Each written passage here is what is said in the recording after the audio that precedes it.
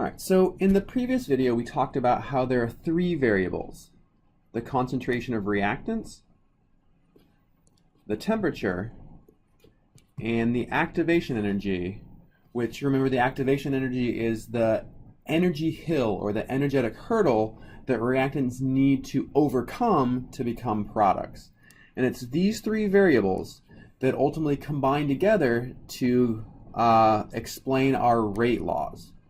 Okay, and we're going to explore the rate law in a lot more detail in the next video or two.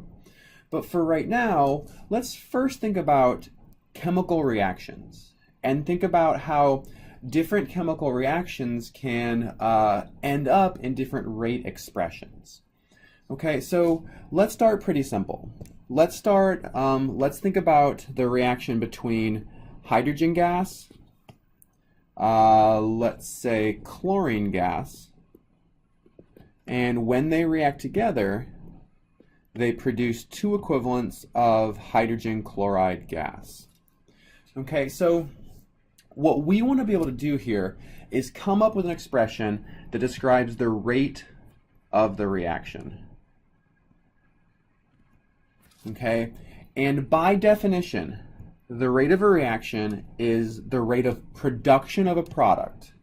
So this is the rate of production of a reactant product, reaction product, whose stoichiometric coefficient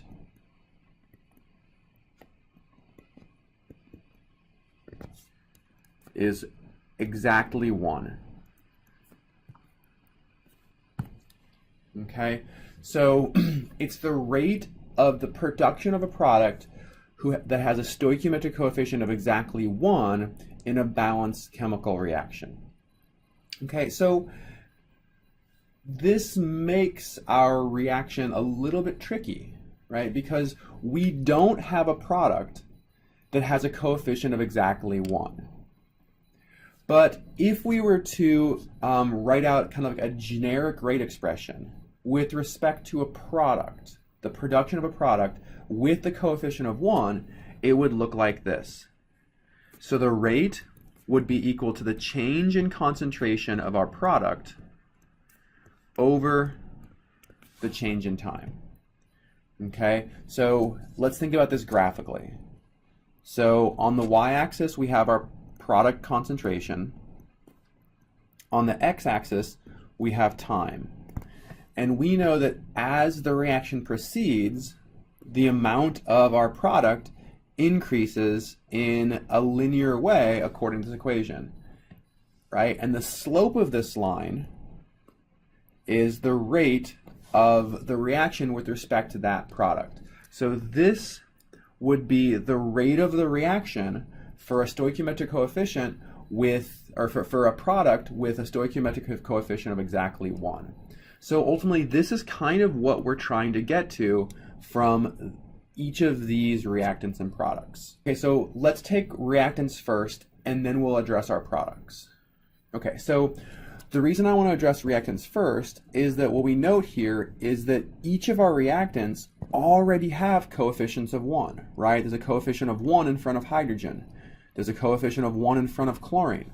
So if we want to express the rate of the reaction with respect to the changing concentration of hydrogen, then we already have a coefficient of 1, so we don't have to take that into account, right? Because it's already exactly 1. But hydrogen's a reactant, not a product. And if we think about what's happening to the concentration of a reactant as time proceeds, it's starting at a high level and it's decreasing to a lower level.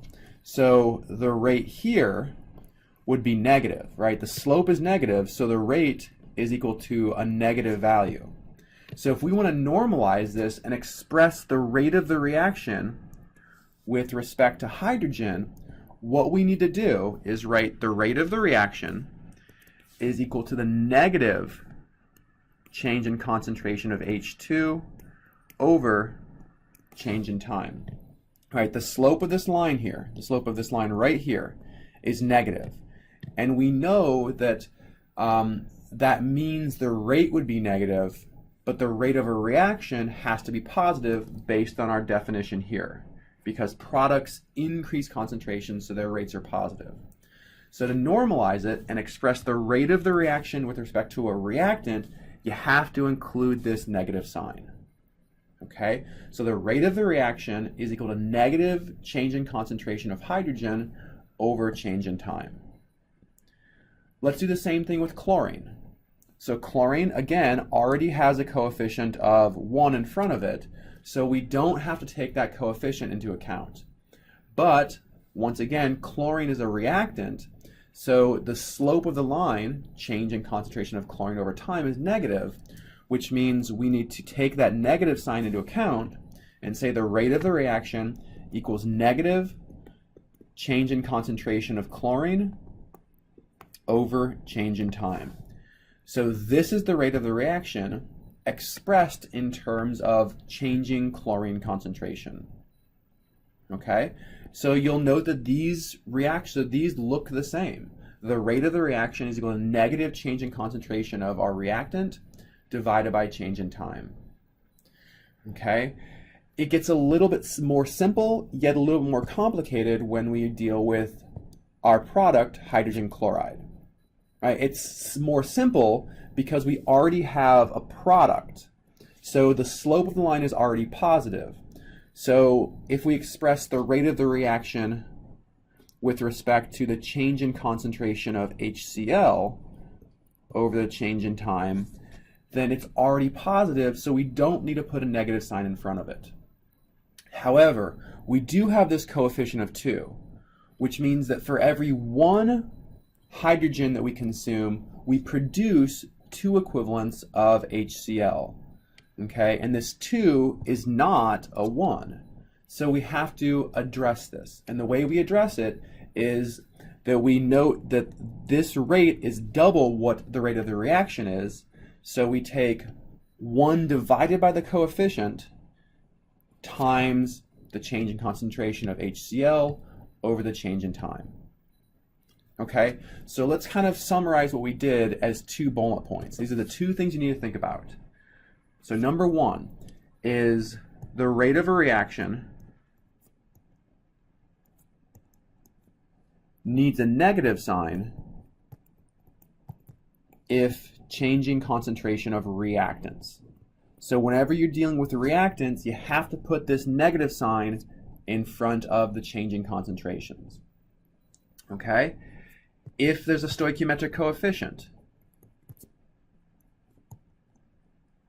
you need to do 1 divided by that coefficient times the change in concentration over the change in time. This normalizes it so that we address this requirement for a coefficient of 1. Okay? So these are kind of like the 2 big rules to set up this rate expression for all of our reactants and products. And let's try it with 1 more reaction. So let's think about the decomposition of ammonia. So we have 2 equivalents of ammonia gas, decomposes to nitrogen gas, and 3 equivalents of hydrogen gas. Okay? The rate of the reaction would be equal to our product here, N2. There's no coefficient, or the coefficient is already 1, so it's simple. It's the change in concentration of N2 over the change in time. We already have a coefficient of 1, and nitrogen is a product, so we don't have to put anything in front of this term here. Okay, so that's the rate of the reaction with respect to the product nitrogen. With respect to the product hydrogen, we now have a coefficient of 3. So we do 1 divided by 3 times the change in concentration of hydrogen divided by the change in time. Okay, hydrogen is a product, so we don't need the negative sign, but we do need 1 divided by that coefficient. Okay, and the rate of the reaction is also equal to the rate of consumption of ammonia. So here we have a coefficient of 2, and it's a reactant, so it's negative 1 over 2, right? So we have to deal with both of these two bullets here. Negative because it's a reactant. 1 over 2 because it has a coefficient of 2 times the change in concentration of ammonia over the change in time. So each of these three here, each of these three pieces would allow you to calculate the rate of the reaction. And since we've normalized them, they're all equal to each other.